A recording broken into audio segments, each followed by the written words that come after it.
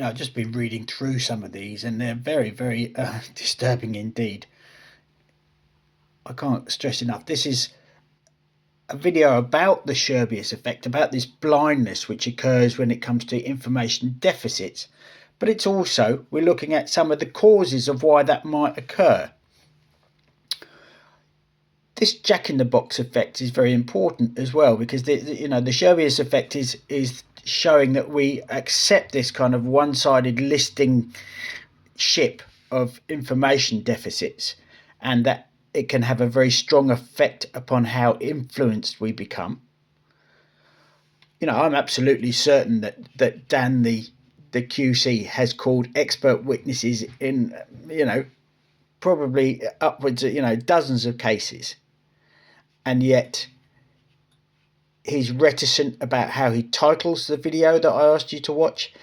And that reticence also shows, to me at least, that the Sherbius effect is in play when it comes to detailing the very, very nasty effects of abuse.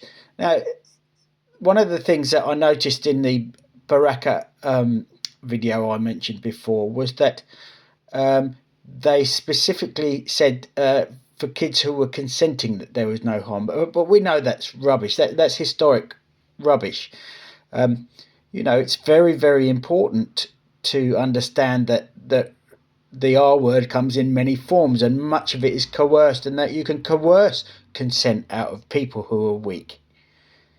And that's Stockholm syndrome. It's very, very important to understand that. People in power can make it all seem like they're your best friend, and that's not the case. We know that. The law sees that. It doesn't obviously see it in all of these instances.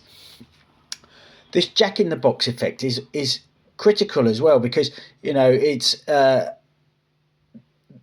something I need to talk about in more detail.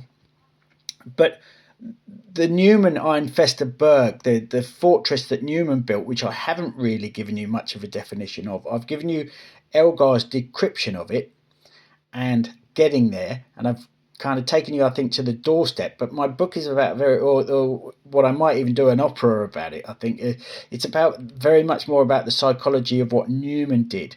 And Newman created a jack-in-the-box which Elgar burst open, and instead of actually just having it burst open, Elgar created another jack-in-the-box which I believe I've broken and opened. And we used to play with a jack-in-the-box quite often. It's a very important neural tool.